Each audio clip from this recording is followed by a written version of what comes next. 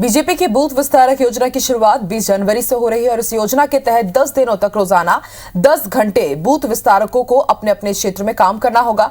लेकिन मुहिम की शुरुआत होने से पहले ही कई बीजेपी पदाधिकारी और कार्यकर्ताओं ने पल्ला झाड़ना शुरू कर दिया है, जबकि सभी मांडू के प्रशिक्षण में भाग ले चुके हैं। लेकिन कोरोना के बढ़ते मामले और दूसरे काम के चलते पदाधिकारियों की अपनी अपनी दलील दे रहे हैं।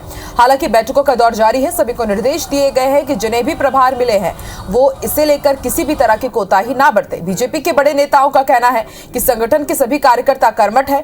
कोरोना को लेकर थोड़ा डर हो सकता है, लेकिन कोरोना प्रोटोकॉल के साथ बूथ विस्तारक योजना को आगे बढ़ाया जाएगा।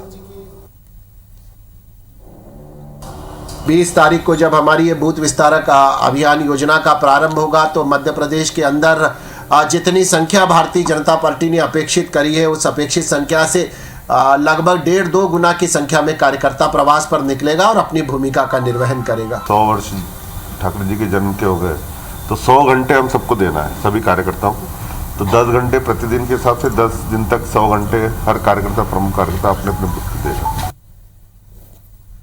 और ज्यादा जानकारी के लिए रुक कर लेते हैं इंदौर का। बात करेंगे हमारे सहयोगी दीपक से, जो इस वक्त इंदौर से हमारे साथ लाइव जुड़ चुके हैं। दीपक, मिशन 2023 को अपने नाम करने के लिए बीजेपी बूथ विस्तारक योजना लेकर आई।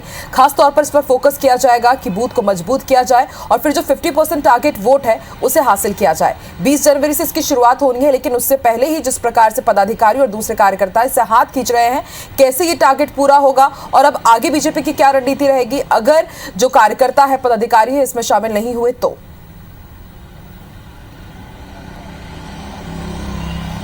देखिए, फिलहाल अगर हम बात करें तो कार्यकर्ता जो हैं वो अपनी शिकायतों को दर्ज करा चुके हैं। कोई कोरोना का बहाना बना रहा है तो किसी को शादी में जाना, या अन्य तरीके की दलीलें दी जा रही हैं।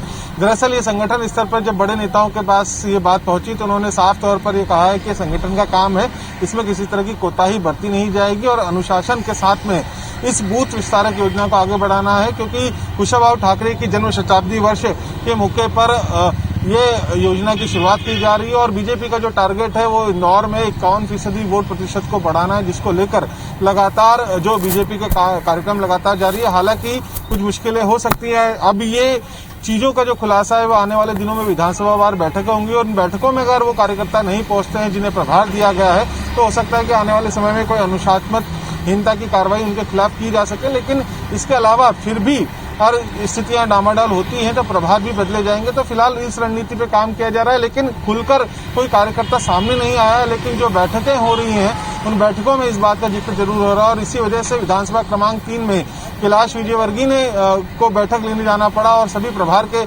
जो पदाधिकारी उनको साफ तौर पर कहा गया है कि संगठन का काम है और इस संगठन के काम को बड़े स्तर तक देखा जा रहा है और इससे ही आगे की आपकी दिशा और तय होगी कि आगे किस तरीके से आपको आगे काम करना है। इस लिहाजा या किसी भी तरह की इसमें कोई कोताही नहीं बरती जाएगी, जबकि सभी यहाँ पर मांडू में प्रशिक्षण लेके आ चुके हैं। और उसके अलावा जो ओमिक्रॉन के जो कोरोना के लगातार मामलों में तेजी आ रही है उसकी वजह से भी कार्यकर्ताओं में थोड़ी घबराहट है और बूथ स्तर पर रोजाना 10 घंटे देना और वो भी लगातार 10 दिनों तक, तो इसकी वजह से भी माना जा रहा है कि कार्यकर्ता उससे घबरा रहे हैं क्योंकि लगातार इतना समय एक साथ एक ही बूथ पर देना उनके लिए थोड़ा मुश्किल हो रहा है और इसी वजह से अलग अलग तरह बहाने बनाकर बूथ विस्तारक योजना से बचना चाह रहे हैं। लेकिन अब देखना होगा कि बड़े नेताओं के द्वारा जो हिदायत दी गई है उसका कितना असर कार्यकर्ताओं पे होगा और जब असल में ये मुहिम शुरू होगी तब पता चलेगा कि कितनी संख्या में बूथ विस्तारक बूथ तक पहुंचे हैं।